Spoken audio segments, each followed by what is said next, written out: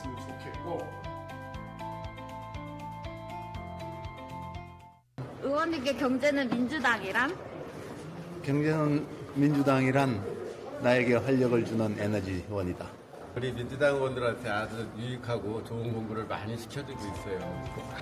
보물창고? 네. 보물창고. 민생이다. 의정활동의 전부이다. 왜냐하면 정치는 국민의 먹고 사는 문제를 해결해야 되는 의무가 있기 때문입니다. 화이팅! 경제는 민주당 화이팅! 지식 충전의 시간. 경제는 민주당은 저에게는 매주 아침 일찍 나올 수 있는 길. 저에게 경제는 민주당은 항상 깨어있게 만들어주는 활력소다. 지식의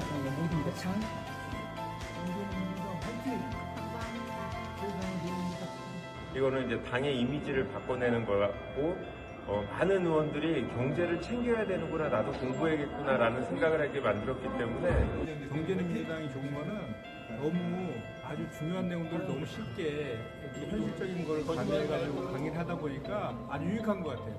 경제는 민주당 화이팅! 경제는 당연히 민주당이죠. 민주당이 없으면 민생경제 이미 무너졌죠. 살려내고 있고요, 지금. 경제를 깨우쳐주고 배우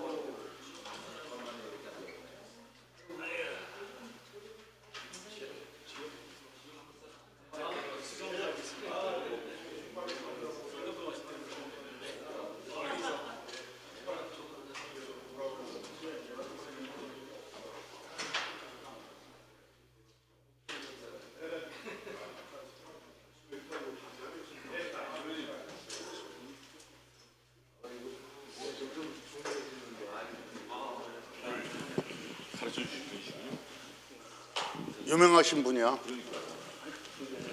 명저도 있어. 쏘세요. 아니 총장님께서 서 있어.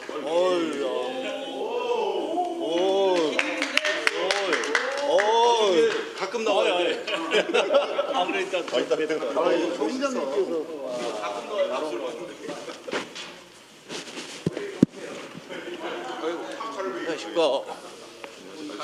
대학원생처럼 해가지고 대학원생처럼 먼 데서 오시니까.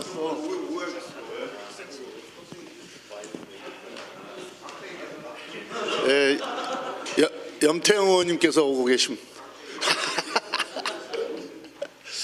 시간이 되었고 또 오늘은 두 꼭지를 해야 돼서 갈 길이 바쁩니다. 바로 시작하도록 하겠습니다. 근데 오늘 이제 유영국 하노이 우리 저 K 스타트업 하노이 센터장은 기억하시는 분은 기억하실 텐데 2023년에 우리 경제는 민주당 요 프로그램에 오셔서 강의를 한번 해 주신 적이 있었는데요. 그때 아주 그 베트남을 포함한 아세안 국가의 경제 동향에 대해서 아주 자세히 말씀을 잘 해주셔가지고 우리 의원님들로부터 아주 호평을 받은 바가 있습니다. 그로부터 지금 한 3년 지났는데 아까 잠깐 얘기 들어봤더니 작년에 베트남의 경제 성장률이 8%가 넘었었고 올해 뭐 각종 인프라 이 사업들이 진행이 되어서 올해 목표는 성장률이 10%가 넘는다고 합니다. 물론 개발도상 국가이기 때문에 잘만 운영하면 성장률이 높긴 합니다만은 그래도 베트남의 그 도약이 아주 무섭습니다. 근데 그게 또 우리한테는 기회 요인이 되기 때문에 오늘도 강의 들으시면서 의정활동에 도움되는 여러 가지 아이템들을 잘 찾아내시기 바랍니다. 감사합니다. 안녕하세요. 홍서국입니다. 갑자기 이란에서 전쟁이 나갖고서 굉장히 상심들이 많이 커져 있는 상태인데요. 그 이전에 이 강의를 잡아나갖고 어떤 분은 왜 생뚱맞게 지금 이란 얘기를 해야지 하는데요. 지금 이란 얘기는 과도기라서 별의별 얘기를 다 합니다. 여러분 어려서 동네에서 이 패싸움 해볼 때 보면 별 소리를 다 하잖아요. 뭐 갈아 마시겠다, 내가 뒤에 뭐가 있다, 뭐 이런 얘기들을 하고 하는데 지금은 그런 국면이기 때문에 장기적으로 예측하기는 어렵습니다. 그래서 그 상황 그리고 또 우리 금융시장이 너무 심각하게 흔들리고 있는데요. 그 내용들에 대해서 잠깐 말씀드리고 이란 뭐 베트남 말씀드리겠습니다. 우리가 지금 주가 급등 작년도 우리 잊지 말아야 될 것은 정상적인 수준에서 아까 베트남이 8%라는데 우리나라 1%였어요. 1도 안 돼요. 사실은 0.97 정도 성장을 했습니다. 그러면서 올해를 넘어오면서 우리는 무슨 생각을 갖고 있냐면은 우리가 다양한 정책들을 우리 여기 계신 의원님들이 잘 만들어 주시고 해서 우리가 성장에 대한 어떤 뭐라 할까 희망적인 생각들을 좀 갖게 됐고요. 이 과정에서 진짜 우리 뭐 운 좋은 놈은 누구도 잡지 못한다는데 정말 운이 좋게 반도체 경기가 오면서 기업 이익이 어마어마하게 증가를 했고요. 그러면서도 은근히 금리가 좀 안정이 되는 분위기로 가고 있었습니다. 물가도 안정이 되고 이런 것들이 모아 갖고서 올해 한국 성장률이 작년도 1에서 올해 2, 세계 성장률도 3% 초반대는 유지하지 않겠는가라는 희망적인 생각들을 갖고 있다가 어느 날 갑자기 뻥 하고 터진 거죠. 그래서 이런 지정학적 리스크라고 하기보다는 어떤 세계 체제 재편과도 관련이 되는데요. 핵심은 길어질 거냐 말 거냐, 지구전 했을 때 누가 이길 거냐, 이거 이외에는 우리가 지금 이야기할 단계가 아닙니다. 이 이후에 세계 질서가 어떻게 재편되는가는 지구전에서 지는 측이 미국이 됐건 이란이 됐건 지는 측에 따라 갖고서 세계 질서에 대한 것 그리고 길게는 올 하반기에 중간 선거에도 영향을 줍니다. 예를 들면 지금 11월 달 중간 선거에서 미국 하원을 공화당이 장악할 확률이 15%밖에 안 됐습니다. 지금 쭉 떨어져 있어요. 그렇게 나쁜 상황에서 이란 전쟁으로 더 많이 떨어진 게 현재의 상황인 겁니다. 아직 상원은 공화당이 유지를 이제 절대 과반을 유지할 거라고 보는 견해가 55 정도는 됩니다. 그러나 이 전쟁이 길어지게 되면은 그럴 수는 없는 거죠. 그래서 이 모든 것들은 아주 복잡하게 엮여 있어서 어느 한 분야를 보고서 이야기해서는 안 된다는 거죠. 예를 들면 어제 저녁에 미국 유가가 120달러 갔었어요. 밤새. 우리 저기 어제 야구 보고 있을 때요. 유가는 날아갔다가 밤새 다시 90달러 뚝 떨어졌습니다. 왜 그랬냐? 트럼프 대통령이 거의 종결 단계에 왔다. 4, 5주 내로 끝나겠다라고. 지구전은 나도 못 버티겠다라는 생각들을 하는 겁니다. 그래서 우리가 이것을 바라보는 상황에서는 지구전이 가서 딴 나라들이 어떻게 참여를 할 것인가, 이란의 반격 능력이 얼마나 숨어 있을 건가, 이거는 시간을 정하는 거고요. 그다음에 다른 나라들은 지금 꼬랑지를 확 내리고 있죠. 특히 중국 같은 경우는 베네수엘라에서 석유 수입하던 걸 미국이 딱 막았잖아요. 그 다음에 지금 중동에서 특히 이란산 원유를 중국이 쓰고 있는데 딱 막고 있잖아요. 가만히 있는 겁니다. 중국도 별소리를 안 하고 있고, 더군다나 이번 달 3월 31일 날 트럼프 대통령하고 시진핑 주석의 정상회담이 예상되고 있는데 할지 안 할지도 아직 모르지만은 중국 입장에서는 조용히 있는 거는 유가 올라갔을 때 중국도 버티기 어려운 뭐 그런 측면들이 있는 거죠. 그리고 미국 내 지지율이 하락하고 있는 부분들은 심각하고요. 한국 시간으로 내일이죠. 오늘 밤에 미국에서 또 재보궐 선거가 있어요. 트럼프 우세 지역인데 어떤 결과가 나오느냐는 내일 저녁 때 정도 되면 나오겠죠. 그러면서 정치적으로 많이 궁지에 몰리니까 빨리 끝내겠다고 하는데 그것도 가봐야 아는 겁니다. 요즘 전쟁은 전부 미사일로 하고 있는 전쟁이기 때문에 가봐야 아는 거고요. 이거와 무관하게 이렇게 되게 되면 이게 거꾸로 역전이 되는 거죠. 기업 이익이 늘지는 않을 거고 금리는 올라갈 수밖에 없다. 유가가 올라가면 물가가 올라가니까. 그래서 금리가 올라가게 되면은 AI 투자를 더 이상 늘릴 수 없다라는 게 우리의 숙명인 것은 한국 경제에서 지금 반도체 AI가 차지하는 비중이 너무 커졌기 때문에 금리가 올라가서 미국서 투자를 못하게 되면 한국도 어려워진다라는 생각들을 많은 국민들이 하고 있고 전 세계 투자가들이 하고 있는 겁니다. 잠깐 우리가 2월 달 수출을 보면은요, 역사상 최대예요. 일평균 수출도 하루에 22억 달러를 넘었고요. 전체 수출도 거의 증가율로 보면은 엄청나게 높은 이런 상태입니다. 특히 여기서 보시다시피 반도체, 제가 이 그림을 계속 보여드렸잖아요. 반도체는 여기서 쭉 일평균으로 올라가고 있는데 반도체 이외의 것은 수출이 쭉 가보시면 이렇게 가보시면은요, 2014년에도 이만큼 높은 적이 있었거든요. 금액입니다. 10년간 반도체 이외의 것을 하나도 안 늘었어요. 근데 여기서 우리가 한번 생각을 해보면 최근에 조선이 좋잖아요. 방산도 좋잖아요. 한류 좋잖아요. 이거 세 개가 새로 왔으니까 나머지 산업은 그러면 반도체, 한류, 조선, 방산을 다 제외해버리게 되면은 나머지는 여기 있는 게 아니라 이만큼 좀 와 있다는 얘기죠. 그래서 산업의 불균형들이 매우 심각한 상태가 지속되고 있다는 게 2월 수출에서도 다시 한번 보여줬습니다. 그래서 이제 반도체가 어떠냐라고 보면은요, 지금 반도체가 전년 동기 대비 지금까지 2000년부터요 증가율로 보게 됐을 때 역사상 가장 좋습니다. 그리고 이 재고 수준을 보면 출하 대비 재고를 보게 되면은 역사상 최저로 낮아요. 재고 없는 상태에서 이렇게 이 수출이 굉장히 많이 증가하고 있고요. 가격을 놓고 한번 보시면은 우리가 이번에 예상하기 어려웠던 부분들은 이거 잘 보시면은 작년 11월, 12월부터 수직 상승하는 게 보이시죠? 그럼 금액으로 잘 보시면은 한 5달러 가던 게 지금 35달러까지요. 7배, 6배 정도 올라간 겁니다. 그래서 우리가 시장이 그렇게 급속하게 움직인 게 보이고, 가까이서 놓고 보면은 바로 이런 상태인데, 이 전쟁이 벌어지면서 그건 업데이트가 안 돼서 옆으로 누웠습니다. 떨어지지는 않고 있고요. 옆으로 이렇게 눕고 있습니다. 그러면서 사람들이 이제 더 이상 안 올라가는 거 아니야? 라고 부정적으로 조금 생각을 하고 있는 거죠. 그런데 반도체가 이렇게 올라가면서 우리는 무슨 생각을 했냐면은요, 시장에서 제가 이거 강의하려고 하다 말았는데 다시 한번 보여야 되는 건 이겁니다.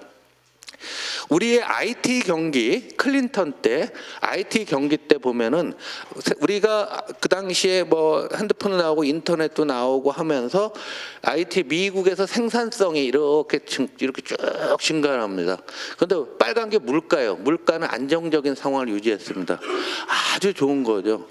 골디락스 이상의 굉장히 좋은 국면이었는데 이번에도 똑같이 마찬가지. 여기는 코로나 때문에 어그러진 거니까 치면은요. 이제 AI 때문에 생산성은 매우 좋아지고 물가는 안정될 거라고 봤는데 이게 생산성 이만큼 좋아지는 걸 시장에서 주가나 우리의 기대감으로는 반영을 해놓고 있었죠. 그러고서 뭐 요즘 보시면 아시다시피 미국의 빅테크들이 직원들 계속 감원하고 있지 않습니까? 감원하고 있는데. 근데 문제는 금리가 안정될 거로 봤는데 이번 전제로 금리가 올라가니까 AI 투자가 더 이상 늘지 어렵지 않겠느냐라는 우려감들이 생긴 겁니다. 그래서 우리나라의 반도체 수출, 특히 미국에 대한 수출은 미국이 IT 투자를 어떻게 하느냐. 그 IT 소프트웨어 투자와 한국의 수출하고 잘 보시면 굉장히 상관관계가 높아요. 그래서 미국에서 더 이상 투자를 못하게 되면은 미국에서 이거 보시다시피 미국의 IT 투자라는 게 이렇게 늘어나니까 한국의 수출도 늘고 이게 굉장히 동행하는데 이번 상황으로 금리가 올라가고 또 충분히 너무 많이 투자를 해놨기 때문에 미국이 더 이상 투자 못하면 우리도 주는 거 아니야? 이런 생각들이 지금 우리 시장 저변에 깔려 있는 겁니다. 그래서 이게 길어져서 금리가 올라갔다가 고공권에서 옆으로 흐르게 되면은 많은 부작용이 나타납니다. 그 부작용이라는 게 반도체도 있고요. 반대로 우리가 지금 잊고 있는데요. 관심이 없는데 우리는 한국의 양극화 가장 심각한데 서민들의 대출 금리가 올라가겠죠. 정부가 정책 금융을 아무리 줘도 이 민간 금융에서는 떨어질 수가 없는 거죠. 서민들의 입장에서는 매우 어려운 상황이 지속될 수 있다는 것을 함축하고 있습니다. 그래서 어느 정도로 지금 우리가 지금까지는 좋았냐면은요. 이거 다시 한번 최근 거로 다시 한번 보여드린 겁니다. 이번에 전쟁 난 이후 거로 삼성전자가 1월 30일 날 올해 영업이익 자금 166조 8,220억이에요. 1월 30일 날입니다. 그러니까 한 달 좀 더 됐는데 그 사이에 60조가 늘어서 226조. 2027년에 보면은 내년에 보면 195조로 봤다가 285조로 거의 90조가 늘어날 정도죠. 그러니까 사람들이 미친 듯이 우리 주식도 사고 막 희망과 막 이런 거에 막 그게 이제 우리 당 지지율하고서 동일하게 동행합니다. 방향성은 똑같습니다. 레벨의 차이는 있을지 몰라도 뭐 이렇게 나왔던 거죠. 그런데 이런 문제가 오니까 또 하나가 이제 그동안에 잠복됐던 게 있어요. 우리가 얘기를 서로 안 했던 게 뭐냐면 이 반도체 경기의 끝은 어딜까? 그래서 원래 2027년이라고 하는데 이게 어느 정도 이 부분에 있어서는 합의가 되고 있는 상황입니다. 엔비디아 수익 예상을 보면은요. 2026년에 196 순이익이 100만 불이요. 그러니까 1960억 달러의 순이익에서 2500억 달러 여기 보시면 2028년을 보면은 300일 29년 300일. 그 이유는 이거는 맞는 건 아니에요. 미국에 있는 애널리스트들이 보고 그 사람들이 보니까 이때라 모멘텀으로 그러니까 좋아지는 정도가 196에서 250, 한 50 정도 좋아졌잖아요. 여기서도 50은 좋아지면 증가율이 둔화되는 거죠. 이런 것이 예상이 되면서 미국의 IT 기업들, 우리가 흔히 하는 빅테크 기업들은 6개월 때 주가가 조정을 받고 있어요. 그러니까 이게 길지 않을지 모르겠다는 생각이 있고요. 또 하나 데이터 센터에 너무 많은 돈을 투자를 했더니 돈이 부족한 겁니다. 거기에 들어가는 돈.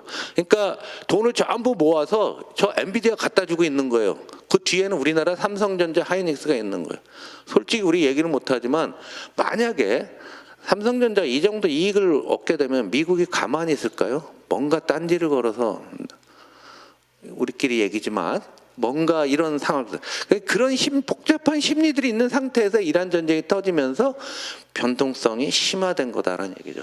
그런데 어찌 될까? 요 밑에 거로 놓고 보시면은요, 영업이익률 40%고요. 그래봤자 PR이 이렇게 되면은 5.6배라는 거예요. 우리 시장이 12배입니다. 그러니까 우리의 지금 고민은 뭐냐면 싸기는 겁나게 싼데. 단기적으로 너무 많이 올랐네. 그리고 이런 모멘텀이 둔화되는 것 같네. 그리고 많이 올랐으니까 버는 사람이 많겠죠. 과감하게 털어버리는 거예요. 그럼 반대로 이것을 믿는 사람들은 야, 이번이 기회다라고서 들어오는 거죠. 아마 여기도 기회로 보시는 분이 있고 이익 실현하시는 분도 있을 거예요. 그래서 아마 그 아무것도 못 하신 분들이 여기 아침 먹으러 오시는 분도 있는 거죠. 이게 그리고 PBR은 꽤 올라왔어요. 우리나라 1배 미만했었는데요. 시장 전체로 2배 가까이 됐습니다. 자산가. 근데 이제 이익을 좀 더 반영하면 조금 더 떨어질지 몰라도 PER로 보면 아직도 굉장히 낮은 이런 상태로 고민스러운 상태들이 유지가 되고 있고요. 지금 오라클이라는 회사 제가 몇 번 말씀을 드렸는데 아주 중요한 소프트 회사인데 돈이 없어갖고서 찔찔찔찔 하다 투자 계획도 엊그저께 보니까 축소를 하고 돈 있는 애들은 메타가 이제 오라클 하던 걸 이어받아서 한다고 할 정도로 상당한 문제들이 있는데 이 세계 시장은 전부 연결됐다라는 게요. 그 3호 요 대출에 한국 금융기관들도 투자를 하고 있어요. 한국 금융기관들까지도. 그러니까 이게 미국만이 이게 아니라 우리나라 돈이 넘어가서 하는데 이게 금리가 좋거든요. 한 6, 7% 줘요. 6, 7% 주니까 금융기관 입장에서 글로 가서 했다가 만약에 이 대출이 문제가 생기게 되면 그 회사도 좀 어려워지겠죠. 그래서 지금 우리나라 전체 기업 이익이 이렇게 생겼는데요. 매우 중요한 함의가 있습니다. 2024년까지 보시면 우리나라 상장기업의 영업이익을 놓고 보시면 23년엔 적자를 봤잖아요. 그러니까 반도체가 없었어요. 이게 이제 주황색이 반도체인데 이랬다가 20년 56조, 작년에 91조 뭐 해서 전체가 281조였는데 올해 되면은 580조. 그다음에 이거는 낙관적인 시나리오죠. 낙관적인 시나리오 때 반도체만 333조라는 거예요.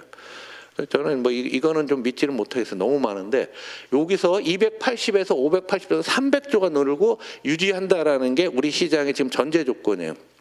여기서 의원님들이 정말 생각하셔야 될 게 뭐냐면 여기서 이렇게 되면 국가 전체적으로 300조가 우리가 부가가치가 생긴 거잖아요. 이 돈을 어떻게 쓸까?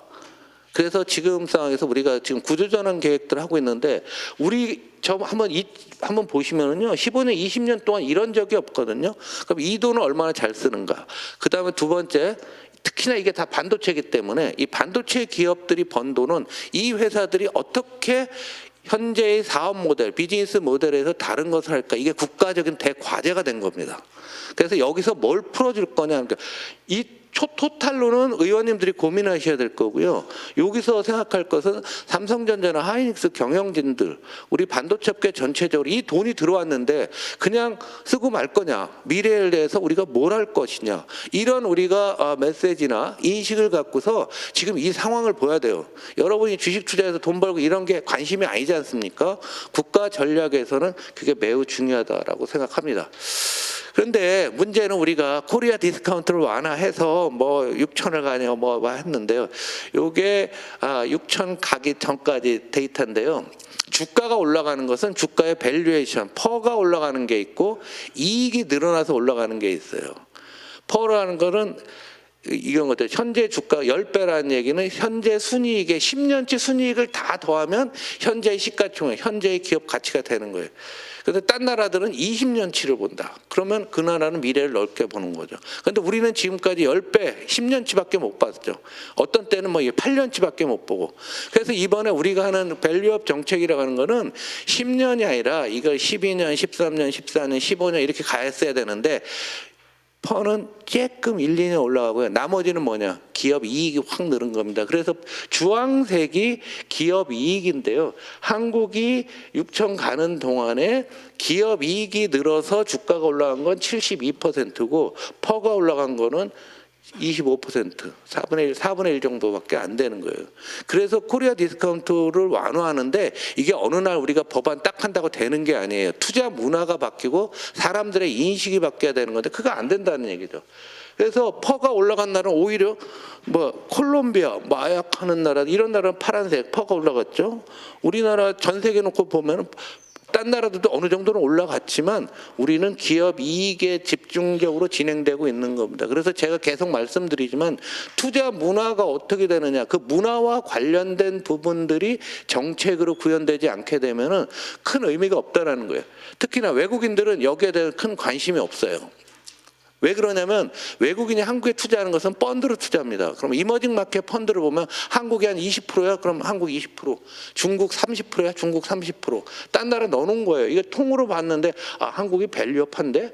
그게 종목으로 놓고 보게 되면 별건 아니라고요. 그리고 많은 어떤 것들은 이 펀드는 어떤 모형, 퀀트 모형에 의해서 과거의 비중이 얼마였으면 자동으로 매도가 나온다든가 이런 거 있는 거예요. 이것을 고치려면 시간이 굉장히 필요한 겁니다. 그러니까 어느 날 갑자기 되는 게 아니에요. 우리가 미국식 밸류에이션 받으면 우리 만 가도 상관없어요. 만을 가도 괜찮습니다. 그런데 그거 가려면 지고 지난한 과정이고 뭐 저야 뭐 60대 중반 돼서 뭐 못 보겠지만 여기 젊으신 의원님들은 그런 세상을 볼 수가 있어요. 그렇게 긴 안목을 갖고 정책을 마련하지 못하게 되면 별 효과도 없고요. 스마트폰에도 잘 안 오는 겁니다. 어찌 됐건 우리는 이런 한계가 있고 계단식으로 천천히 가는 과정에서 이번 이란 사건으로 또 한 번 역시 올라가면 팔아야 돼. 이런 생각들을 우리가 막아야 되는 게 현재의 상황인 것 같습니다. 짧게 말씀드리면은요. 아주 짧게 말씀드려요. 이게 이제 외국인 투자가가 어제까지 들었는데요. 여기 잘 보시면 이게 3조 1천 뭐 이런 건데요. 이렇게 보시면 2월 13일부터 제가 말씀드린 대로 그 반도체에 대한 이게 이란 전쟁과 무관하게 무슨 문제가 있으니까 계속 팔았습니다. 그래서 특히 2월 27일 날 7조 7천억이나 팔았거든요. 엄청나게 큰 돈이에요. 7조 7천억. 제가 지난주에 말씀드렸죠. 왜 그러냐면 이거 예상됐던 거거든요. 일반인들 보지도 않아요. 미국이 한국에 투자하는 ETF가 있는데 3달에 한 번씩 리밸런싱이라고 하는 거예요. 뭐냐면 한번 펀드를 만든 다음에 3달 그냥 가요. 그 사이에 어떤 주식은 오르고 어떤 주식은 떨어질 거 아닙니까? 그런데 지난 3달 동안 한국의 반도체가 너무 많이 올랐네. 원래 한국의 반도체 비중이 뭐 예를 들면 20%였는데 2월 말이 되니까 이게 40%가 된 거예요. 주가 더블 났으니까. 그러면 여기서 일정 부분 줄여놓아야 되겠죠. 자동으로. 이게 나오는 날이고 다 알려줬단 말이에요. 아는 거예요. 다 아는데 여기다 대고 때리는데 우리가 다 받아갔어요. 한국 사람들이. 자 보시면 외국인들이 이렇게 파는데 우리나라 요거는 이제 한국 사람들이 들어가는 ETF라는 겁니다. 김태년 의원님이 ETF 사서 뭐 얼마 먹었다 뭐 이렇게 자랑을 하셨는데 최근에 20% 깨졌을 겁니다. 그죠?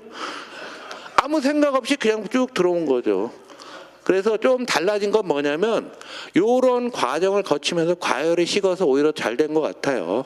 과열이 식고요. 좀 냉정하게 좀 보여야 되니까 요 금융 투자로 잡힌 게 한국의 ETF라고 보시면 됩니다. 그래서 개인들의 ETF가 드디어 이제 마이너스로 전환이 됐고요.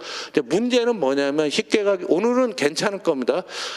이제는 이제 대충 단기적인 뭐라고 할까? 단기적인 저점 근방이라고 했어요. 저점이 아니라 근방 어딘가. 왜냐하면 미국에서 나오는 정보는 2시간 단위로 바뀌기 때문에 내가 뭐 믿을 수는 없어요. 이 개인들이 여기 보시면 개인들이 너무 많이 받아갔거든요. 가장 최근에. 이게 무거워진 거예요. 그래서 여기 보시면 더군다나 거래 대금을 놓고 보시면 코스닥 30조가 안 됐잖아요. 그러면 여기 보시면은 3월 4일 날 여기 3월 4일 날 거래대금 62조, 52조, 6천 선에서 왕창 물려 있는 거예요 이게. 그러면 이거 물린 사람이 여러분이라고 생각하면 이래요. 다시 이제 이불이 쫙 올라가면 어휴 내가 사자마자 10% 빠졌다가 원위치했네. 그러면 이 하수의 생각은 거기서 아유 수수료 나오고 그냥 번전하고서 내가 오늘 밥값 벌었으면 그냥 팔아버린다. 그러면서 시간이 걸리는 거예요. 이 시간이 걸리는 기간 동안에 시장이 굳건하다는 걸 알려줘야 되고요. 삼성전자를 한번 보시면 똑같은데요. 2월 27일 날 보시면 2,100만 주나 외국인이 팔았거든요. 파란색이 파는 거예요.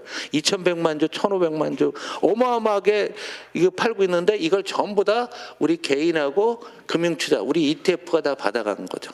그러니까 위가 머리에 무거운 걸 이고 있어요. 그래서 아마 장기적으로 안정적인 투자의 장으로 한국 주식시장이 진행돼야 된다라는 것을 앞으로 이제 정치권에서 말씀을 많이 해주시고 더군다나 지방선거 전까지 전고점을 못 넘길 수도 있어요. 못 넘길 수도 있습니다. 그러면 여러분들은 장기적으로 떨어지는 것에 대해서 이제 장기 보약되는 거, 한방적 처방에 해당하는 정책이라든가 코멘트라든가 이런 것에 대해서 좀 더 관심을 써주셔야 됩니다.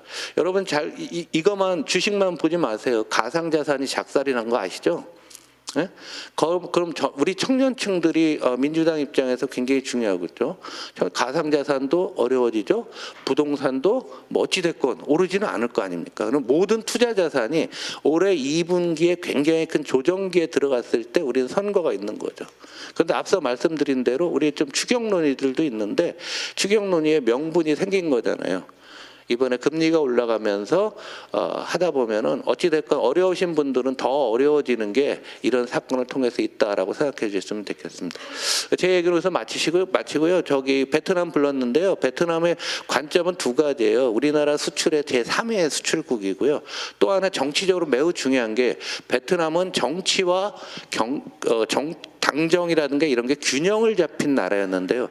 이번에 정권이 바뀌면서 공안 담당 출신이 베트남 처음으로 잡아서 중국식 사회주의 모델로 가는 거예요. 중국식 모델로 가는 과도기인 것 같은데 과도기인 것 같은데 한번 여러분 들어보시고요. 특히 유영국 센터장이 여러분들이 하노이나 이런 데 가셔서 현지에서 가실 경우에는 한번 불러서 한번 그쪽에서 한번 들어봐도 좋을 것 같습니다. 제 강의 마치겠습니다. 감사합니다. 안녕하십니까. 방금 소개받은 중소벤처기업진흥공단의 코리아 스타트업 센터 하노이의 유영국입니다. 안녕하십니까. 오늘 저한테는 상당히 뜻깊은 날인데요. 딱 3년 전에 아까 김태년 의원께서 말씀하셨다시피 23년 3월 8일에 이 자리에서 베트남에 대해서 설명을 드렸었고요. 그리고 2011년 3월 10일 딱 오늘 제가 베트남 처음 왔었습니다. 오늘 딱 만 15년 된 거고요. 15년 차에 베트남과 그리고 주변 아세안 국가들에서 설명을 드릴 수 있을 것 같아서 정말 뜻깊은 날이라고 생각이 됩니다. 오늘 전반적으로 아세안 주변 국가들에 대해서 설명을 좀 일부 드리고요. 베트남을 중심으로 설명을 드릴 건데요. 우선은 아세안이 보통 10개국이라고 했는데 최근에 우리가 예전에 동티모르라고 알고 있던 티모르가 이제 가입하면서 11개 국가가 됐습니다. 근데 아세안은 굳이 구분을 한다 그러면 대륙부 아세안과 해양부 아세안으로 나뉩니다.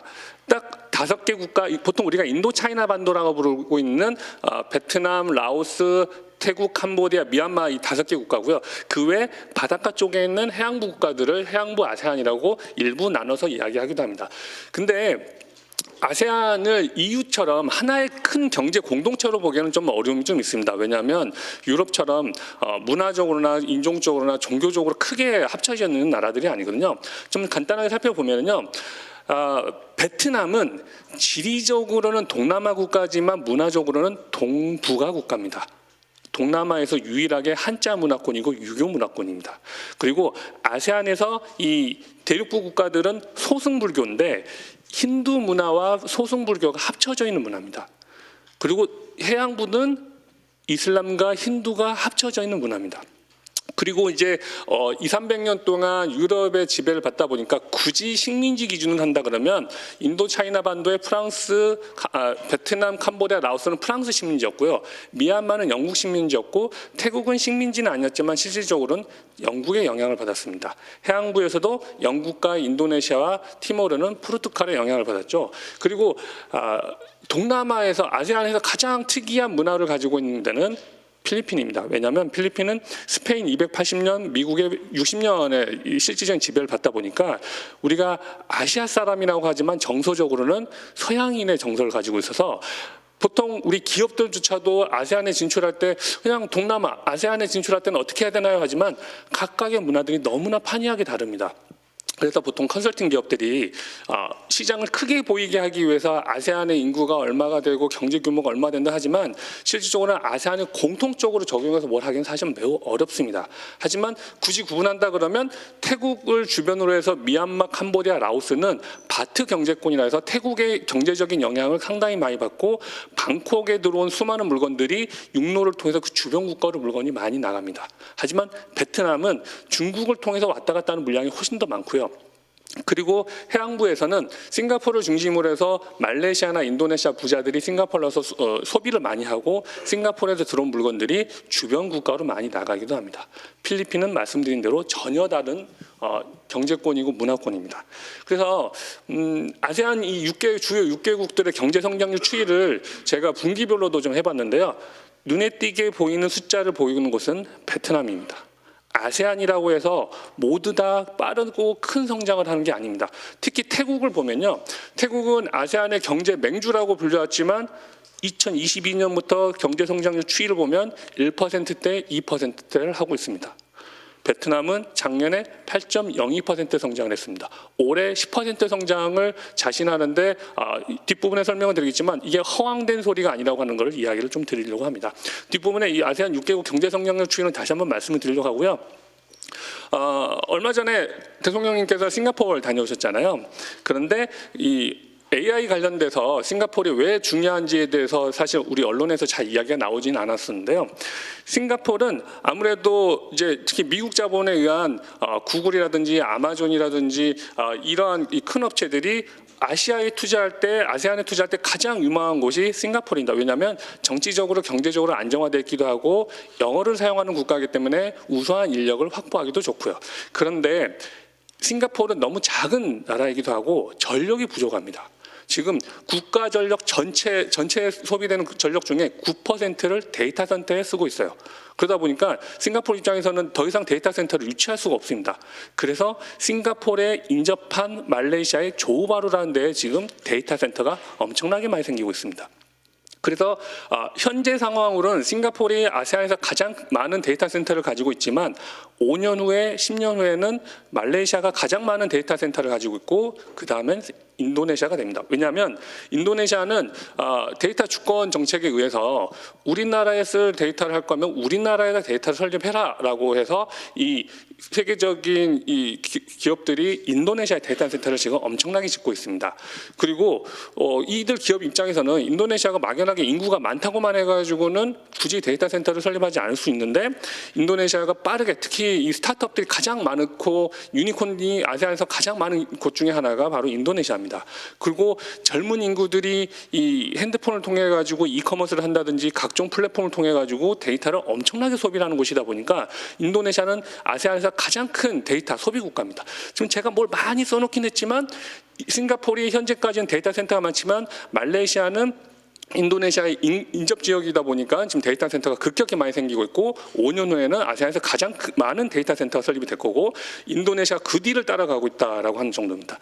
그리고 태국도 요즘 들어서 데이터 센터가 많이 들어서고 있는데 아직까지 베트남과 필리핀 같은 곳들은 데이터 센터 규모가 매우 협소합니다. 지금 베트남은 이 총리가 직접 나서가지고 적극적으로 유치를 해서 재작년 말에 진수낭이 베트남에 두 번째 방문했을 때 데이터 센터를 유치를 했습니다. 그래서 하노이 하나, 호치민 하나에서 두 개가 지금 데이터 센터가 건립 중이고요. 인도네시아는 참 안타까운데요. 코로나 이후로 모든 게 중국에 집중되어 있던 걸 분산해야 된다고 해서 떠올랐던 나라가 베트남과 인도네시아입니다. 그리고 조코이 대통령이 있을 때 인도네시아에 대해서는 위상도 많이 강화되고 아세안의 맏형으로서의 위상이 정말 대단했었죠. 그런데 프라보 대통령으로 정권이 바뀌고 나서부터 뭔가 우리나라에 대해서 좀 불편해하는 게 너무 좀 노골적으로 좀 보이기도 하고요. 첫 번째 인도네시아 관련된 큰 이슈는 조코이 대통령이 매우 의욕적으로 추진했던 정책 중에 하나가 수도 이전입니다. 인도네시아에서 이 자카르타는 매우 아래쪽에 있습니다. 이 자카르타 수도의 위치는 이 네덜란드 식민지였을 때 각종 향료와 후추와 커피를 유럽으로 보내기 위해서 적합한 곳이 자카르타였습니다. 그런데 자카르타는 현재 인구가 2천만이 넘어가고 급격하게 지반이 침수되면서 이 수도 이전에 대한 이야기가 계속해서 나왔거든요. 그런데 한국에서는 잘 모르시는데요. 말레이시아 그리고 필리핀, 인도네시아는 과거에 한 민족이라고 하긴 그렇지만 하나의 공동체였다라고 하는 자신들의 정서적인 유대감이 있습니다. 그래서 1960년대 마필린도라고 해서 이 말레이시아, 필리핀, 인도네시아 세 개를 합치자라고 하는 정상회담까지도 있었고 기념 우표까지도 발행을 했었습니다. 그래서 조코이 대통령은 누산타나라고 하는 이 과거에 우리가 보르네오 섬이라 불렀던 여기에 수도를 하면은 인도네시아만을 위한 수도가 아니라 이 해양부 아세안의 중간적인 위치를 하고 있고 이쪽에 현재 아세안의 아마존이라 불리는 이 보르네오의 밀림을 개발해서 이 해양부 아세안의 큰 수도가 되겠다고 하는 의미를 가지고 저게 수도 이전 정책을 해서 거의 마무리가 되어가고 있던 중에 정권이 바뀌고 브라보 대통령이 수도 이전을 사실 진행을 더 이상 하고 있지 않습니다. 우리나라 기업들도 지금 저기 투자를 꽤 많이 했는데 지금 여러 글로벌 기업들이 지금 저 투자한 거에 좀 손해를 좀 많이 보고 있는 상태고요. 그리고 작년 초부터 지금 큰 문제가 되고 있는 것 중에 하나가 브라보 대통령이 대통령 공약 중에 가장 적극적으로 밀었던 게 무상급식입니다. 초, 중고뿐만 아니라 임산부들까지 이 무상급식을 하겠다고 하는데 문제는 군이 적극적으로 나서서 무상급식을 하고 있다고 하는 겁니다. 브라보 대통령 자체가 이제 군 출신이기도 하고 과거에 인도네시아 민주화 운동 때 추방을 당했던 사람이기도 한데 무상급식을 준비 없이 하다 보니까 충분한 예산도 없이 하다 보니까 국제신용평가사들이 계속해서 경고를 했습니다. 이 정책을 준비 없이 하다 보면 당신네들 예산이 문제가 되고 인도네시아 경제에 큰 타격을 입을 것이다. 신용평가가 하락을 할 것이다 하고 경고를 했음에도 불구하고 브라보 대통령은 작년 1월에 그런 거에 의연히 맞서겠다고까지 적극적으로 대변을 했습니다. 그러다 보니까 올해 1월에 피치와 무디스가 곧바로 신용평가를 부정적인 전망으로 바로 하향을 해버렸습니다. 그리고 전국에 군이 각 학교에다가 직접 식판에다가 음식을 담아가지고 아이들에게 배송도 하고 있고 군부대 내 식당 같은 거 시설을 해가지고 음식을 만들고 있습니다. 이거를 군이 굳이 왜 하는지 다들 이해를 못하고 있고요. 특히 인도네시아에는 되게 훌륭한 이 스타트업들, 유니콘 스타트업들이 10개가 넘게나 있기 때문에 민간이 얼마든지 효율적으로 잘할 수 있음에도 불구하고 굳이 강행을 하다 보니까 최근에는 대량 식중독에 걸려가지고 인도네시아 내부에서도 큰 문제가 발생하고 있는데 문제는 브라보 대통령이 더욱더 강화를 하고 있고 더 많은 사람들에게 무상급식을 하겠다고 지금 선언을 한 상태입니다. 그러다 보니까 준비가 안 된 상태에서 무상급식을 하니 다른 쪽 예산을 많이 삭감을 했습니다. 그 대표적인 게 교육 예산과 지방 예산이 됐습니다.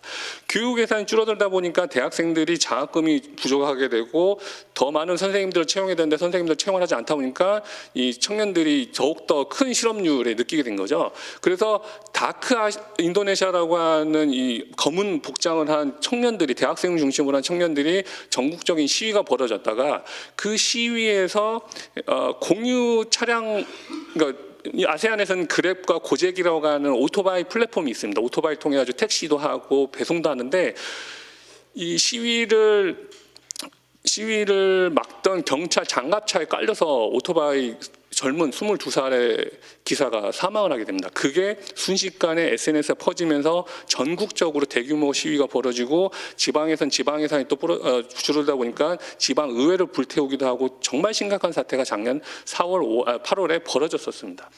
뒷부분에 한 번 더 설명을 드리겠는데요. 그 순간에 베트남은 건국 80주년의 똑같은 날에 대대적인 환영 퍼레이드가 벌어지고 있었고 인도네시아에서는 불타오르는 의회와 청년들의 시위가 계속해서 벌어졌습니다. 아세안에서 쌍두마차로 불렸던 고성장의 국가 두 곳이 크게 엇갈린 순간이었습니다. 그리고 아시아의 디트로이트라 불렸던 방콕은 지금 큰 변화를 겪고 있는데요. 아시다시피 태국은 전형적인 친일본 국가이고 일본의 수많은 가전 전자제품 회사 그리고 자동차 회사들이 생산하고 있는데 특히 아시아의 디트로이트로 불렸던 방콕에서 일본 자동차 공장들이 철수하거나 급격히 축소를 하고 있습니다.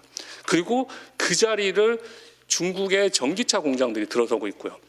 태국 경제 자체가 매우 아까도 보셨지만 1%대 2% 성장을 좀 태국이 계속 하고 있지 않습니까?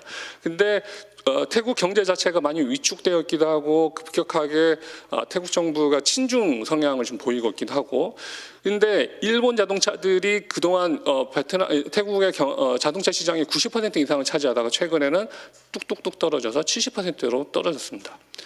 그 자리를 중국 자동차들이 들어오고 있고 BYD가 작년에 전체 내연기관 자동차까지 포함해서 4위를 했고요. 순수하게 EV로만 하면 중국 자동차들이 75%의 시장 점유율을 차지하고 있습니다. 우리의 현대자동차가 태국에 진출해서 자동차 공장을 설립하겠다고 했었는데요. 처음엔 기아자동차가 하겠다고 했다가 무슨 이유 때문인지 취소가 되었고 태국에 이제 현대자동차 들어간다고 하는데 연 생산 5,000대 규모 정도로 소량으로 들어갑니다. 그것도 조립 형태로만 들어가고요.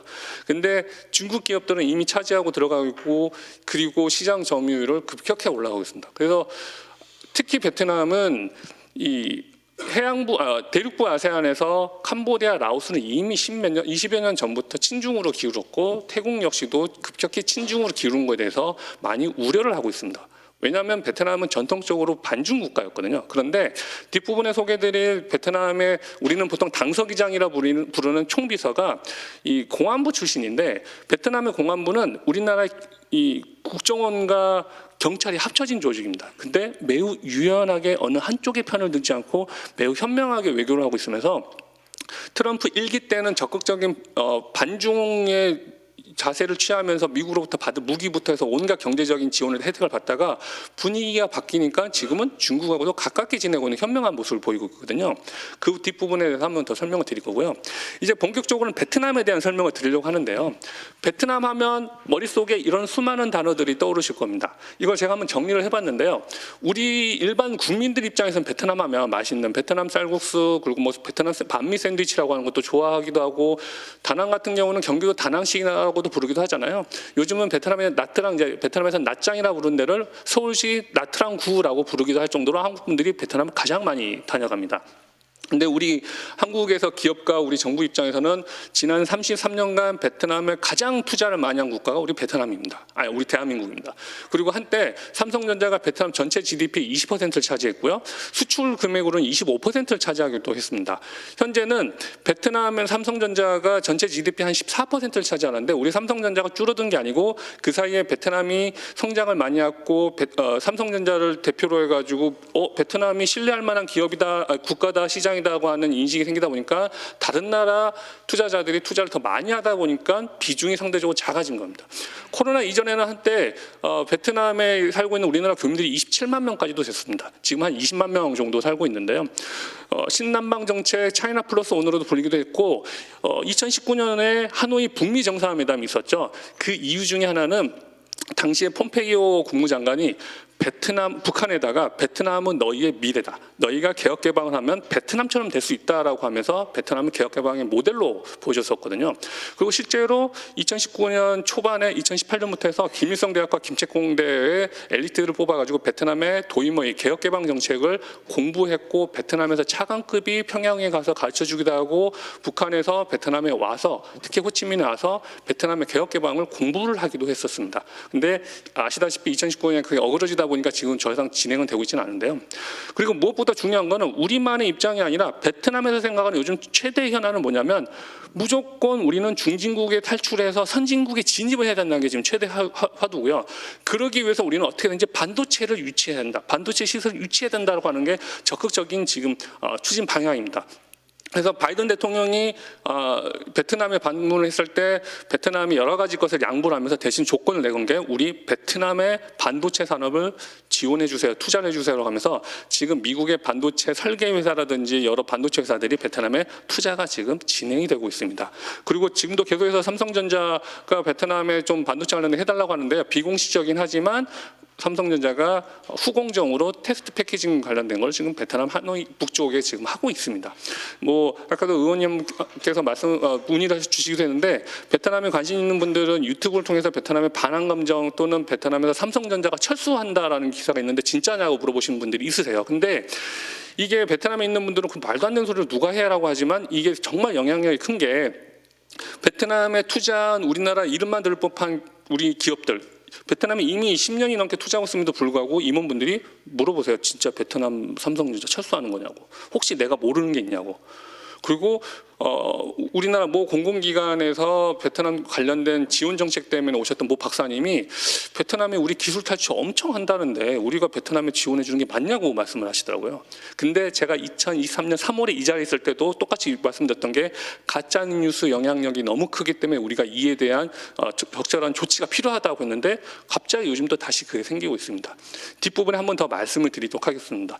그래서 베트남은 지금 엄청난 개혁 개방을 하고 있는데 뒷부분에서 다시 한번 말씀을 드리도록 하겠습니다. 작년 1월에 베트남 공무원 23만 명을 감축했고 중앙부처를 다 6개를 없애버렸습니다. 근데 그 베트남이 지금 성장이 가능하다고 보고 특히 서방에서 베트남 이제 투자할 만한 곳이다라고 보게 된 주인공은 또럼, 우리는 이제 당서기장이라 부르는 또럼 총비서입니다. 그 부분에 대해서 설명 한번 드리겠습니다. 베트남 경제 현황, 베트남은 이제 아세안에서 실질적으로 가장 무역 수지가 큰 나라입니다. 이렇게 된 지가 지금 3년이 넘었고요.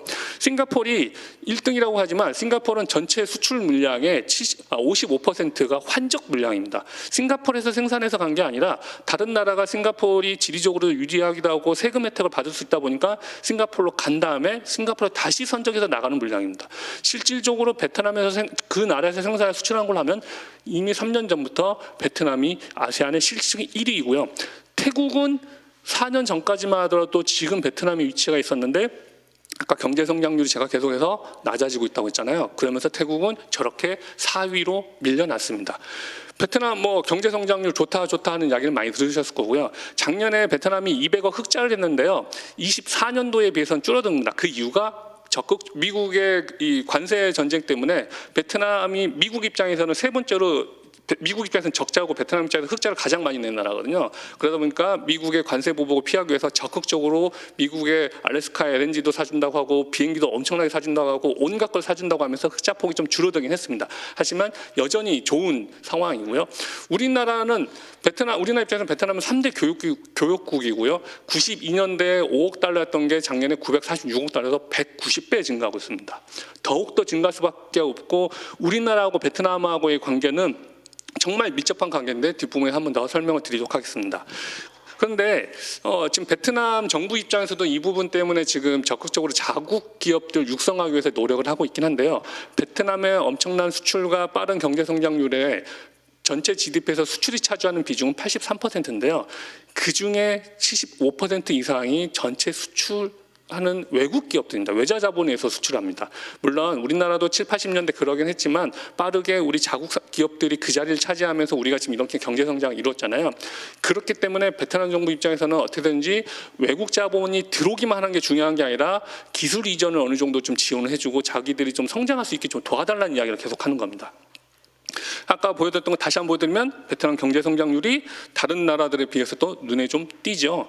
말레이시아 같은 경우는 천연 광물이나 이런 수출도 많았지만 반도체 후공정이 말레이시아에서 엄청나게 하고 있거든요. 패키징 테스트 패키징을 말레이시아에서 많이 하는데 그 덕에 좀 많이 좀 보고 있습니다. 1인당 국민소득 엄청나게 하고 있는데요. 이게 미국이 북한한테 야 베트남처럼 되면 니네 이렇게 될 수 있어. 베트남처럼 공산당 체제는 유진하지만 미국하고 수교를 해서 니네 개혁개방하면 이렇게 성장할 수 있다라고 계속해서 이야기했던 게 이런 모습입니다. 사실 모든 독재 국가들이 희망하는 나라가 싱가포르라고 해요. 싱가포르는 사실은 실질적인 독재 국가인데 그걸 잘 모르잖아요. 싱가포르의 언론이 방송국 하나 그리고 신문사 하나밖에 없는데 그것도 잘 모르기도 하고요. 하지만 많은 지원도 해주고 국민들이 경제적으로 많이 잘 살 수 있게 해주기도 하고 집을 지원해 주기도 하고요. 그래서 모든 국가들이 희망하는 게 싱가포르처럼 되는 건데 베트남 역시도 지금은 1단계 중국의 사회주의 모델을 따라가지만 궁극적으로는 싱가포르처럼 되고 싶어 하는 모습을 좀 보이고 있습니다. 그래서 트럼프가 2기가 됐을 때 미국의 수많은 언론들이 베트남이 엄청나게 떠오를 것이다. 왜냐하면 반중 정책을 강화해서 베트남이 그 큰 수혜를 받을 거라고 했는데 트럼프 1기 때는 그런 모습을 보였는데 지금 이제 많이 달라졌지 않습니까? 그런데 베트남이 정말 기민하게 그 추세에 맞춰서 중국하고 갈등을 빚지 않고 지금 성장해 나가는 모습을 좀 보이고 있는데요. 그 모습들을 말씀드리겠습니다.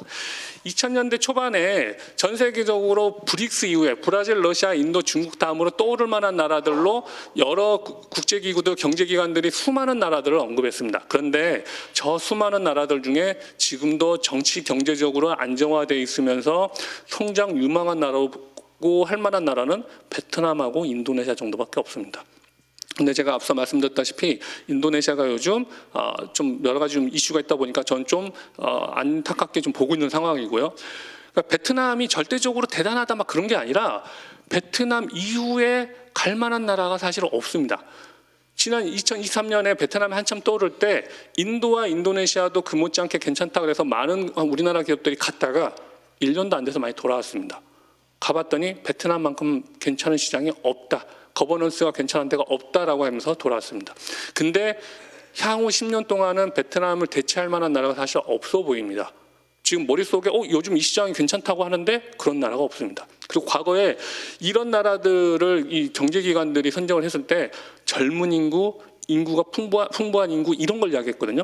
근데 AI와 로봇이 이제 우리 생활에 급격하게 침투하면서 청년들이 많은 나라는 지금 그 청년들 자체가 리스크가 되고 있어요. 청년 실업 문제를 해결해 주지 못하면 정권이 무너져 버리거든요. 이미 그런 일이 24년, 25년에 벌어지고 있는데요. 방글라데시에서 정권이 무너진 대규모 시위가 벌어졌던 거는 청년의 일자리를 갖다가 축소를 하면서 벌어진 일이었거든요.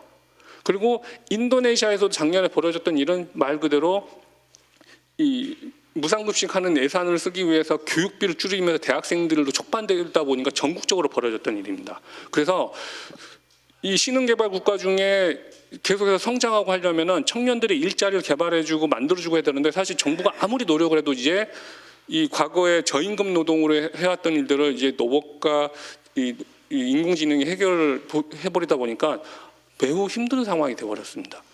그런데 베트남은 이 방향을 해결하기 위해서 민간기업 육성하는 것을 작년에 선언을 했었거든요. 아까 말씀드렸다시피 작년 8월에 똑같은 시간대에 베트남 하노이와 자카르타의 모습입니다. 이 모습을 보면서 아세안의 쌍두마차라고 했던 베트남과 인도네시아가 크게 엇갈린 순간이라는 장면으로 저는 기억합니다. 80주년 기념의 군사 퍼레이드를 보기 위해서 수많은 시민들이 지방에서까지 와가지고 좋다고 우리 이제 80주년 됐고 우리는 이제 중진국에 들어갔고 이제 우리는 선진국에 가기 위해서 우리는 더욱더 노력해야 된다라고 하는 모습을 보여왔던 모습이고요. 그 똑같은 시간에 자카르타에서 청년들이 이렇게 되면 안 된다. 왜 말도 안 되는 걸 하냐고 하면서 대규모 시위를 벌였던 겁니다. 이 문제를 청년들의 문제를 해결해 주지 못하면 앞으로 신흥개발 국가들한테는 전망이 없는 상황입니다. 베트남은 3단계 발전론을 이야기하고 있는데요. 1945년에 미국과 전쟁이 끝나면서 이제 북부, 남부로 나눠지면서 국가가 건립이 되었죠. 그리고 1975년에 통일이 되었고, 그리고 1986년에 개혁개방 정책이라고 하는 도입머니가 도입이 되었습니다. 그러면서 1단계, 2단계를 했는데 1990년대 후반에 베트남 1인당 국민소득이 $1,500 내외였음에도 불구하고 그 당시에 베트남 정부가 준비했던 거는 중진국 함정에 빠지지 않기 위해서 우리가 뭘 해야 되냐는데 그때 나온 답이 통신과 IT 산업을 유치를 해야 된다였습니다. 왜냐하면 1인당 국민소득이 $1,500 내외임에도 불구하고 자신들이 저임금 노동, 옷을 만들고 신발 만드는 건 자기들이 대부분 차지할 건 분명한데 그렇게 해서 자기들이 $3,000, $4,000가 도달했을 때 그 다음 단계 나가기 위해서 우리가 뭘 해야 되냐가 베트남 정부 입장에서는 가장 큰 문제였습니다. 그래서 제가 아까 2011년 3월에 베트남 처음 왔다고 그랬잖아요. 그때 제가 충격을 받은 게 뭐였냐면 베트남 호치민이나 하노이 또는 많이들 가시는 다낭 지방에 도시 전체가 와이파이망이 2011년에 이미 다 깔려 있었습니다. 그래서 맥주 한 잔에 우리나라 돈은 500원 길거리에 커피 한 잔 마시는 그런 허름한 식당에서조차도 와이파이가 다 무료였어요. 기억해 보시면 우리나라 2013년도 14년도에 스타벅스에서 와이파이를 24시간 전면 다 개방하느냐 마느냐 큰 논란이었거든요. 그때 커피비는 계속해서 음료 하나를 사면은 영수증에 와이파이 그 코드를 줬고 베트남은 스타벅스는 그냥 전면 다 개방하면서 그때부터 스타벅스하고 커피비나하고 매출 차이가 극명하게 갈립니다. 그런데 1인당 국민소득이 2,000불도 안 되는 베트남에서는 그것도 공산당의 나라에서 와이파이가 전국에 다 깔려 있었어요. 그러니까 우리가 머릿속에 생각하는 공산당은 북한이나 중국하고 너무나 다른 되게 유연한 정책을 펼치는 나라 사람들이고 그렇기 때문에 지금까지의 모습 또는 과거까지의 모습이 혹시 지금까지 되게 잘못된 모습들이 있거나 또 개선해야 될 게 많은 게 있는 건 분명하지만 지금까지 변화했던 모습들, 적극적으로 받아들였던 모습들을 감안하면 베트남은 계속해서 괜찮을 수밖에 없다라고 말씀드린 거고 3년 전에 제가 이 자리에 왔을 때도 말씀드렸던 게 지금 엄청나게 변해왔고 발전하고 있는 게 그 이유입니다. 근데 베트남 또럼 총비서가 24년 11월 말에 뭐라고 이야기를 하냐면요. 우리 베트남 민족이 시대가 왔고 향후 10에서 15년 동안 발전할 수밖에 없는 상황이 왔는데 그 이유는 미국하고 중국하고 갈등 때문에 큰 수혜를 우리가 받을 수밖에 없고, 그리고 지금 주변에 있는 다른 나라들 상황을 봐도 우리가 가장 유리한 상황인데, 이 황금 같은 기간 10에서 15년 동안 우리가 최대한 발전을 해야 되는데 공무원들의 부정부패 때문에 우리가 더 발전할 수가 없다. 이 부분이 심각한 문제다라고 이야기하면서 개혁개방을 선언을 합니다. 제2의 개혁개방에 해당되는 공무원 숫자를 과감하게 줄이고 공조직도 과감하게 없애버립니다. 그래서 이 공안부 출신이라고 하는 정적을 제거한 거 아니야라고 의심을 품었던 미국과 유럽의 언론사들, 전문가들이 이 사람이 정말 이거 잘할 수 있나 했는데 좋은 성과를 펼치고 반대 정적들하고도 관계도 잘 유지하면서 이 엄청난 개혁 개방을 하다 보니까 이 사람이 이대로 하면 진짜 베트남 선진국에 갈 수 있겠는데, 이런 이야기가 지금 공개적으로 나오고 있습니다. 그래서 24년 11월에 이 복잡한 관료 시스템과 부정부패 때문에 국가가 더 발전할 수 없는 황금 같은 기회를 놓칠 수 없다라고 베트남 국가주석과 주요 요인들이 다 있는 자리에서 이야기를 합니다. 이때 이 선언을 하고 베트남 정부 조직은 25%를 축소를 해버립니다. 그리고 작년 7월 1일자로 베트남이 정체가 5개 성과 5개 중앙시와 58개 성으로 이루어졌는데 이거를 절반으로 줄여버렸습니다. 34개로.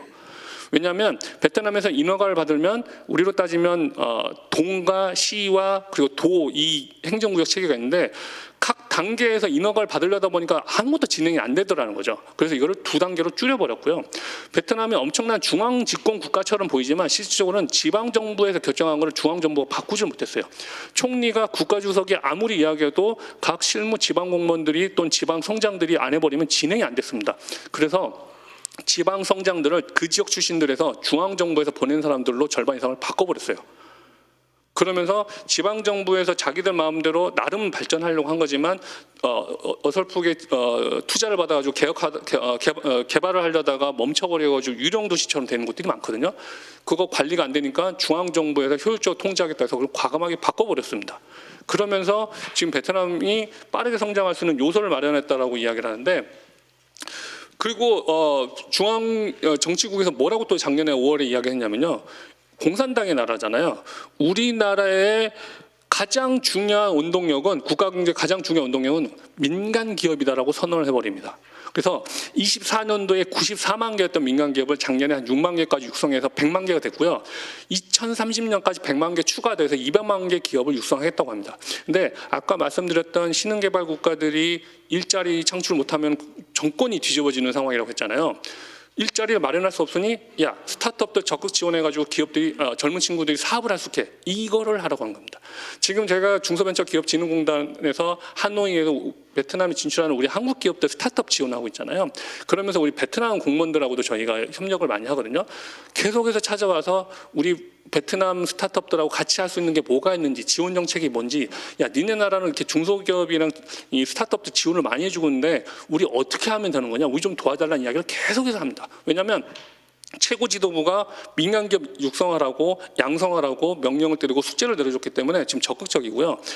그저께 신문을 보니까 이제 호치민시에서도 시가 운영하는 스타트업 센터를 마련했고, 석 달 전에는 하노이시가 이런 스타트업 센터를 마련해가지고 스타트업들이 일할 공간이 없으니까 자기네 공간에 들어서 일을 할 수 있게 지원해주고 이런 해외 스타트업들하고 만날 수 있게 해주거나 뭐 박람회 같은 데 갈 수 있게 이런 지원을 지금 해주고 있습니다. 그러니까 상당히 공산당의 국감에도 불구하고 매우 경제 친화적이고 시장 친화적인 정책을 지금 하고 있는 거고요. 이게 25년 5월 22일 날 이코노미스트 표지 모델로 또럼 서기장이 장식을 했습니다. 근데 베트남에서는 눈에 저 별이 있어가지고 이 희화한 것 때문에 되게 불편해했었는데요. 나름 이 서양인의 관점에서는 나라만 생각하는 사람이다, 그러니까 민족주의자다, 애국주의자다라는 의미에서 저걸 보인 건데, 베트남에서 호치민 주석 이후에 처음으로 국제 언론의 글로벌 언론의 표지 모델을 장식한 사람이 됐습니다. 근데 이 양반이 당서기장이 막 됐을 때만 하더라도요, 수많은 베트남 전문가들이, 해외에 있는 전문가들이 공안부 출신이라서 정적들 제거하고 큰 혼란이 일어날 거다 하고 베트남 내부에서도 걱정하고 난리가 났었거든요. 근데 지금까지 제가 말씀드린 것처럼 매우 친기업적인 정책을 펼치고 미국하고도 관계도 좋게 하고, 그렇다고 해서 중국하고 관계를 대결하거나 그러지 않고 중국어도 친하고 미국어도 친하고 또 유럽하고도 관계를 확대하고 이러면서 적극적으로 하다 보니까 야, 이 사람이 하는 거 보면 진짜 하겠는데 하면서 이 기사가 나간 겁니다. 그리고 지난 1월에 이분이 그 이전에 계셨던 당서 중에 갑자기 사망하다 보니까 임시로 해서 한 1년 반 정도 한 거거든요. 그리고 이번에 전당대회를 통해서 2기 재집권을 하게 됐습니다. 근데 베트남 내부에서는 이분이 재집권을 할 수 있나? 그때 잠깐만 하고 마는 거 아니야라고 있었다가 재집권을 하자마자 뉴욕타임즈에서 바로 이런 기사를 냈습니다. 이분에 대해서 긍정적인 내용과 부정적인 내용을 다 나열을 했는데 기사 말미에 뭐라고 했냐면 베트남 국민들은 또럼 서기장의 개혁 성공을 기대하고 있다. 왜냐하면 지금까지 보여줬던 거 보니까 빠르게 결단력 있게 과감하게 밀어붙였는데 베트남에서 국민들이 그걸 잘 수용을 하고 무리 없이 진행되다 보니까 경제 성장률도 엄청나게 이뤄내고 있네. 그리고 계속해서 베트남 정부는 베트남에 투자하는 것도 중요한데 그냥 투자만 하는 게 중요한 게 아니고 우리 베트남이 발전할 수 있는 첨단 기술, 특히 바이오, 재생에너지, 친환경 관련된 거를 달라고 기업들이 투자해달라고 계속해서 이야기를 하고 있습니다. 그리고 이 적대적인 관계가 아니라 이 외교적인 다변화 정책을 통해서 특히 미국의 지금 관세 정책을 펼치다 보니까 우리 이대로 있으면 안 되겠다 해서 걸프 국가들하고도 FTA를 추진하고 유럽하고는 이미 FTA가 발효가 됐음에도 불구하고 더욱더 많은 개별 국가들하고 별도의 FTA를 추진하고 경제 협력을 하고 아프리카에도 지금 추진하고 있습니다. 그래서 매우 실용적인 사람이다. 어느 한 이념에 갇혀가지고 어느 한 방향으로 가는 게 아니라 매우 유연하게 그리고 그러니까 이 나라 사람들이 원하는 방향으로 잘 가고 있다라고 하는 측면에서 지금 이 서방 언론에서 이제 보고 있고요. 그러다 보니까 발전이 할 가능성이 높다라고 볼 수도 있겠고요. 근데 이제 걱정되는 거는 아까 말씀드렸던 가짜 뉴스에 대한 영향으로 보이는데 우리나라가 베트남에 투자하는 게 점점 좀 줄어들고 있습니다. 그런데 그 자리를 싱가포르가 일본과 중국이 들어오고 있는데요. 특히 싱가포르는 과거에 홍콩에 있던 자본들이 싱가포르로 가면서 그 자본들이 들어와서 그러긴 한데요. 특히 2025년에 신규 FDI 기준으로만 봤을 때 우리나라가 6위로 밀려났고 유럽의 자본들이 이제 순위권 안으로 들어오고 있습니다. 이게 또 보여주는 것 중에 하나가 베트남 항공이 작년에 이탈리아 밀라노 직항 노선을 개선하고 덴마크 코펜하겐 직항 노선을 개설했습니다. 그리고 올해 네덜란드 암스테르담 직항 노선을 개설이 됩니다. 베트남 항공이 베트남에서 유럽에 직항 노선을 한다고 하는 건 충분한 수요가 없으면 할 수가 없거든요. 이게 막연하게 관광객들이 들어온다고 하는 게 아니라 투자자들이 찾아온다고 하는 겁니다. 자, 우리나라가 지난 33년간 베트남에서 가장 투자를 많이 하는 국가고 한때 27만 명이나 살 정도로 베트남과 한국의 관계가 많이 교류가 많음에도 불구하고 아직도 우리가 베트남을 잘 모르는 경우가 많잖아요. 근데 유럽 사람들한테는 베트남은 그냥 밀림 속에 수상가옥에 살고 있는 나라 사람들로 생각하는 경우가 정말 많습니다. 그런데 덴마크의 대표적인 기업인 레고가 베트남 남부지방의 빈징이라고 하는데 15억 달러를 들러서 공장을 투자를 해가지고 공장이 이제 가동된 지 한 1년 반, 2년 정도 됐거든요. 유럽 기업이 보니까 레고가 갔는데 되게 괜찮다는데 수익도 꽤 나고 있다는데 믿을만한데 하면서 이제 스웨덴의 H&M과 다른 화학 기업들이 베트남에 투자하기 시작하고 유럽 기업들이 들어옵니다. 제가 이걸 왜 관심 있게 보냐면요, 우리 스타트업들이 베트남에서 뭐 활동을 할 때 더 많은 기회를 제공하기 위해서 저희가 베트남 프랑스 상공회소 분들하고 자주 만나면서 유럽 기업들하고 저희가 접촉을 많이 하고 있거든요. 유럽 기업들이 베트남에 대한 관심도가 완전히 달라졌다고 하는 걸 그들의 목소리를 들어도 확연히 알 수가 있습니다. 그러니까 과거에는 베트남의 주요 투자 국가들 보면 다 아시아 국가들이었잖아요. 근데 유럽 국가들이 이제 순위권 안에 들어오고 있고 사실은 바이든이 약속했던 게 트럼프 정권이 되면서 지금 많이 안 들어오고 있거든요. 근데 지금 들어오기 시작하면서 이제는 유럽 자본뿐만 아니라 미국의 투자금이 들어오기 시작하면 베트남은 더욱더 많은 성장을 할 수밖에 없다라고 하는 겁니다. 자, 그리고 이거는 저만의 관점이긴 한데요. 베트남이 이제 진짜 더 괜찮다라고 할 수밖에 없는 게 태국의 제2의 도시가 어딘지 아세요? 제가 태국 사람들한테 물어봐도 당황합니다. 제2의 도시가 어딘지 모릅니다. 말레이시아도 필리핀도 마찬가지입니다. 태국의 제2 도시 하면 치앙마이나 파타야를 이야기하는데 과거에 파타야가 제2의 도시였는데 탁신 총리가 치앙마이 출신인데 탁신 총리가 되고 나서부터 지금 치앙마이가 제2의 도시가 됐습니다. 근데 그 제2의 도시라고 하는 데들이 인구가 30만이 안 됩니다. 근데 베트남은요, 호치민은 지금 이제 아까 지방 통합되는 바람에 지금 호치민 인구가 1,400만이 됐는데 순수 호치민만 봤을 때는 1,100만 인구입니다. 근데 호치민은 수도가 아니거든요. 수도 하노이는 850만인데 조만간 1,000만이 될 거예요. 하노이 또 행정구역 통합이 곧 될 거거든요. 한 나라 안에 1,000만 인구가 2개가 있는 메가시티가 있는 나라가 드뭅니다. 전 세계적으로. 중국을 제외하고는 없습니다. 일본만 하더라도 제2의 도시 오사카가 350만이거든요. 그러면 한 나라의 수도 한 곳에만 투자하면 거기가 집중적으로 발전해서 우리 같은 외국인 투자자 입장에서는 태국이면 방콕 한 군데만 들어가면 되고 말레이시아 쿠알룸푸르 한 군데만 들어가면 나라 전체에 물건을 공급하기가 쉬웠거든요. 근데 베트남은 경제적으로 호치민이 제일 크고 비행기로 2시간 거리에 있는 하노이가 수도였다 보니까 분산돼서 투자를 했어야 돼가지고 효율이 안 났었습니다. 그런데다가 베트남은 사회주의 국가다 보니까 지방 균형 발전을 하기 위해서 재작년 12월까지만 하더라도 직할시 5개를 했고 작년 1월부터 해서 중부지방 하나 더 해서 북부에 2개, 중부에 2개, 호치민 2개에서 집중적으로 발전을 시키고 있습니다. 근데 이렇게 되면 지난 한 20년 동안은 베트남 엄청 성장한다던데 왜 이렇게 발전 못하지 했던 게 이렇게 분산되었기 때문에 그렇습니다. 그런데 베트남이 지금 엄청나게 성장을 해왔잖아요. 이제는 여기도 발전하고 여기도 발전을 하다 보니까 큰 독 안에 계속해서 물을 부었을 때는 아무리 물을 부어도 물이 안 올라오네 했는데 이제 그 저점을 지나서 이제 물이 보이기 시작하는 상황이 된 겁니다. 기억나실지 모르겠는데요. 전에 태국의 방콕에 큰 홍수가 나가지고 태국 경제가 마비가 됐었거든요. 근데 방콕 하나에 문제가 생기면 나라 전체가 문제가 생기는 겁니다. 근데 이제 베트남은 대체할 곳이 북부와 남부도 있고 중부지방 역시도 지금 키우고 있다고 하는 겁니다. 그래서 베트남은 탄탄하게 발전해 나가고 있기 때문에 이제 더욱더 안정적인 성장이 기대가 된다고 하는 거죠. 그리고 미국 뉴욕 대학교에서 이 이론으로 노벨 경제학상을 받은 폴 로머 교수가 내생적 성장 이론이라고 하는 걸 발표했었는데 동아시아 국가들은 한국이나 중국, 일본처럼 발전할 수 있었던 것은 빠른 도시화율 때문에 그렇다고 이야기를 해요. 왜냐하면 도시가 돼야 각종 기존의 생산 기지였던 것들이 도시를 통해서 도시에 사는 사람들이 쇼핑몰도 생기고 하다 보면 소비 패턴이 완전히 달라지기 때문에 그런 거거든요. 근데 베트남이 지금 엄청나게 성장하고 있다고 하는데 도시화율이 41%밖에 안 됩니다.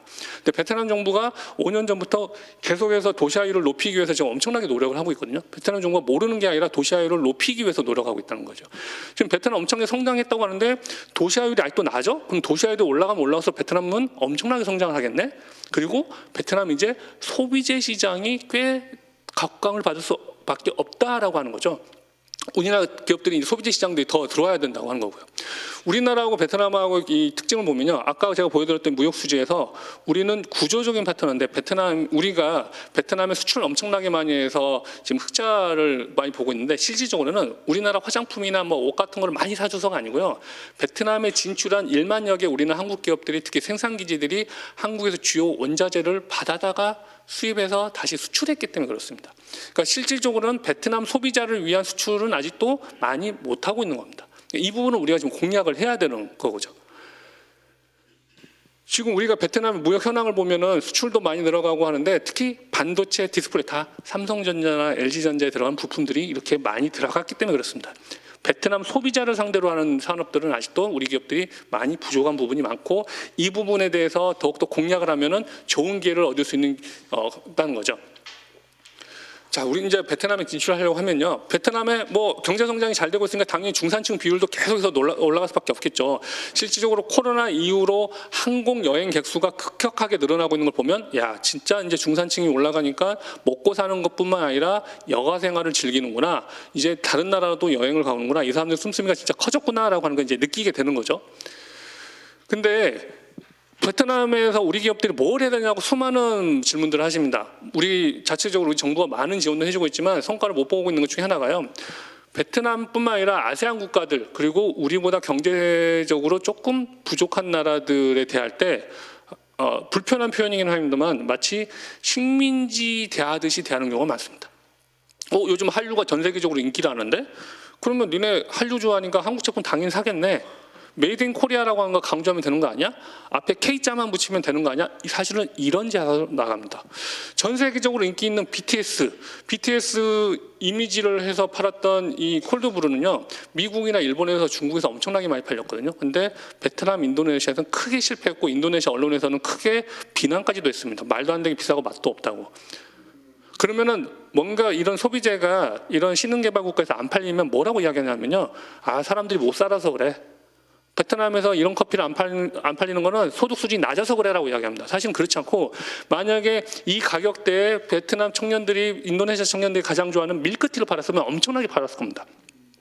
잘 아시겠지만 베트남하고 인도네시아가 이 커피 온도가 나오는 나라잖아요. 전 세계적으로 베트남 커피 온도 두 번째로 수출 많이 하는 나라입니다. 근데 베트남 사람들이 좋아하는 커피하고 이 콜드브루하고 전혀 성향이 다른 겁니다. 베트남, 인도네시아에서는 콜드브루 먹지 않습니다.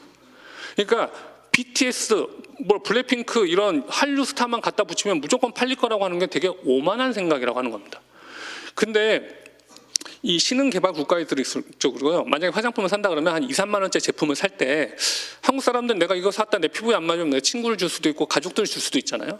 근데 소득 수준이 상대적으로 낮은 사람 입장에서는 되게 조심스럽게 살 수밖에 없습니다. 내가 저거 잘못 샀다가 내 피부에 안 맞으면 저 돈 날리는 건데, 그런데 대신 내가 믿을 만하고 신뢰할 만한 사람이 이거 꼭 한번 써봐. 야, 한국에 라네즈라고 하는 거 있는데 이거 쓰면 정말 좋아라고 하면 그때는 과감하게 산다는 겁니다. 그러니까 돈이 없어서가 아니고요. 소비를 할 때 내가 확신이 들기 전까지는 매우 조심스럽게 살 수밖에 없다고 하는 거죠. 그러니까 이런 신흥개발 국가에 진출을 할 때는 시간이 좀 걸리더라도 충분한 신뢰가 형성되고 나서 그 다음부터 과감하게 연예인을 쓰든 해야 되는데 다짜고짜 연예인부터 들이밀고 가면 팔릴 거라고 하는 생각을 한 거죠. 근데 이러한 전략을 선진국에 진출할 때는 하지 않는다는 거죠. 우리가 매우 조심해야 하는 거거든요. 근데 인성도 좋고 충분히 인품도 좋으신 분들에도 불구하고 저도 과거에 그랬습니다. 베트남에 진출할 때 우리보다 못 사니까 야, 한국에서 결정한 방향대로 해. 야, 니네가 뭘 알아? 야, 니네 한국 제품 좋아하니까, 한국 문화 좋아하니까, 한국의 선진국이니까 한국이 정한 전략대로 하면 될 거야. 이런 식으로 사실은 대합니다. 그러니까 수많은 방법이 있겠지만 이런 인식을 바꾸지 않으면 베트남뿐만 아니라 다른 신흥개발 국가에서 우리는 절대 성공을 못할 겁니다.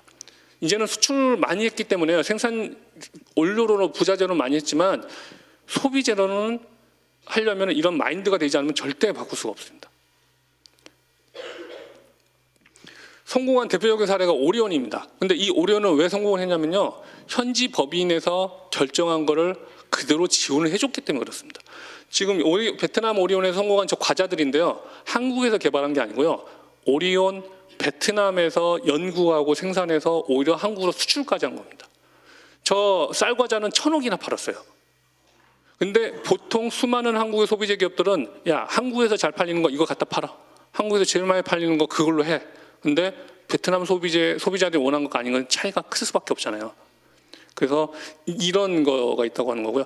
자, 이제 좀 중요한 건데 최근에 혐한 논란이 좀 있었습니다. 근데 이런 이슈가 있었는데요. 이 핵심은 뭐냐면 야, 우리가 한류 종주국인데 우리가 하는 대로 해. 야, 니네 못 사는 나라 애들은 그냥 우리가 시키는 대로만 해. 이런 식이었던 거죠. 네티즌들이 이렇게 해서 외모 비하다고 막 이런 말들이 많았습니다. 근데 아세안의 한류 팬들은 중국과 더불어 한류가 확산될 수 있게 초반에 적극적으로 홍보해주고 소비를 해줬던 사람들이에요. 그래서 자기들 나름대로 한류 성공에 자기의 몫이 있다고 생각하는 사람들, 동반자라고 생각을 한 거거든요. 동업의식이 있는데 야, 니네는 그냥 물건이나 갖다 써, 그냥 음악이나 갖다 들어, 이런 식으로 하다 보니까 큰 배신감을 느낀 겁니다. 사실은 그 한마디로 하면. 근데 언제든지 벌어질 수 있는 일이고요. 아까 인도네시아에서 대규모 시위가 벌어졌을 때 이 말레이시아, 인도네시아, 태국, 필리핀 사람들이 저 그랩이나 고잭이라고 하는 플랫폼 통해서 시위대들한테 물건을 공급해 줬어요. 우리 촛불 시위하고 할 때 우리가 그 버스도 예약해주고 음식도 해서 결제 미리 해준 것처럼 그 영향을 받았던 거거든요. 근데 반대로 반항 감정이 벌어졌을 때는 그 연대를 통해서 순식간에 아세안 전체로 퍼진다고 하는 겁니다. 그래서 지금 되게 우리가 한류라고 하는 것에 대해서 다시 한번 재정의를 하고 고민을 해야 되는 시점이 지금 왔습니다. 그냥 식민지처럼 인기 있다고 하니까 막무가내로 막 좋아되는 시기가 지금 아니라고 하는 겁니다. 최대한 빨리 말씀드리려고 했는데요. 오늘 준비한 거는 여기까지입니다. 베트남에 대한 관심 많이 가져주시고요. 특히 베트남 가짜 뉴스에 대해서 의원님들께서 좀 적극적으로 좀 엄단을 좀 해주셨으면 감사했습니다. 감사합니다.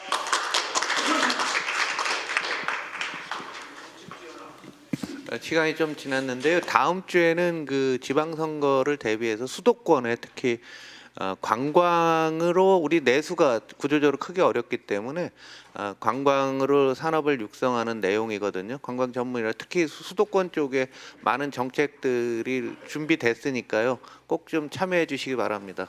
오늘 감사합니다.